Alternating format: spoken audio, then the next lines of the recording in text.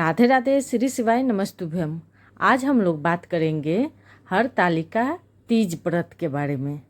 हरतालिका तीज व्रत कब पड़ती है, किस दिन पड़ेगी? 2023 में भद्र मास के शुक्ल पक्ष के तृतीय तिथि के दिन ये व्रत रखा जाता है। 2023 में 18 सितंबर सोमवार के दिन इस व्रत को रखा जाएगा।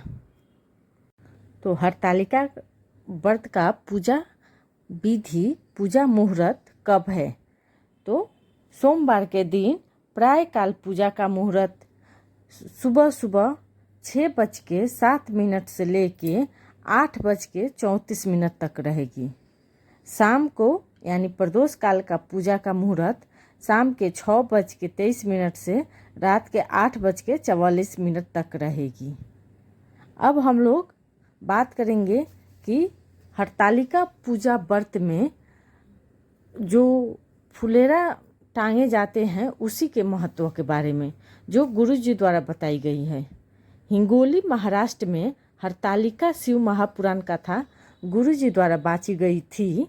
उसी कथा में गुरु जी ने उस फुलेरा का महत्व बताते हुए तथा उस फुलेरा का दर्शन मात्र से क्या क्या कष्ट, क्या क्या दुख को निवारण होता है तथा क्या क्या पुण्य प्राप्त होती है, उसी के बारे में आज हम लोग बताएंगे इस वीडियो में। तो सबसे पहले फुलेरा दर्शन से मात्र प्राप्त होती है वो कौन सा उपाय है? हरतालिका तीज पूजा में फुलेरा शिवलिंग के ऊपर टांगी जाती है, जहाँ शिव जी के 5 पुत्री होती हैं, जया, बिसेहरा, सावलीबाड़ी, गौतली, देव उनकी प्रतीक होती है। जो टांगे जाते हैं वो उनकी प्रतीक होती है। फुलेरा में 5 माला से ज़्यादा होना चाहिए, 5 माला से कम नहीं होना चाहिए। जो नीचे लड़ी, जो माला का एक जो लड़ी नीचे रहेगी वो 5 से ज़्यादा ही होना चाहिए, 5 से कम नहीं होना चाहिए। फुलेरा दर्शन का पहला फल, जो नारी तीज व्रत करते आ रही है, बीच में सूतक लग गया या कोई भी कारणवश वो तीज का पूजा पूरा नहीं कर पाई, तो वो मात्र फुलेरा दर्शन कर लेती है तो तीज का फल प्राप्त हो जाती है।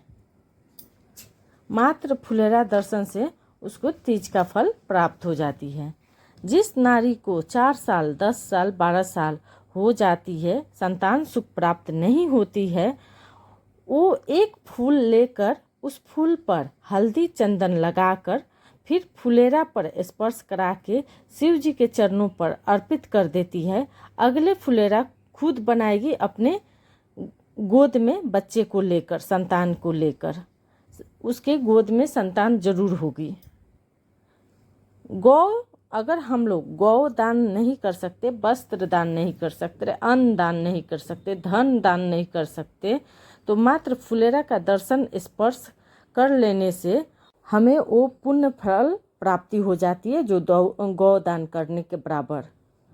अगर किसी नारी हरतालिका पूजा कर रही है, किसी भी कारणवश शरीर बीच में ही ऐसा होता है, बीच में ही उसका साथ ना दे और वो 2 बूंद पानी बिना नहीं रह सके, उसने कुछ न कुछ ग्रहण कर लिया बीच में, तो एक किसी भी कारणवश अगर एक गलती हो जाती है, तो यहाँ तक वर्णन किया गया है कि मात्र फुलेरा दर्शन से बेड पर अगर सोई मात्र फुलेरा दर्शन कर लेती है तो शिव जी उसकी गलती को माफ़ कर देते हैं और पूरा पूजा का पूरा फल प्राप्त कर देते हैं उसे, यानी व्रत का पूरा फल प्राप्त हो जाती है।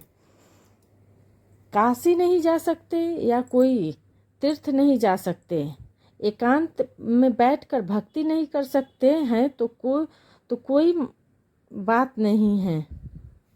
मात्र फुलेरा दर्शन कर लेने से एकांत में की गई भक्ति का फल प्राप्त हो जाती है। पार्वती मैया गुफा में पूजा आराधना करती थी तथा सखियों के संग शिव की भक्ति करती थी। हम ना किसी गुफा में जा सकते हैं, ना वन में जा सकते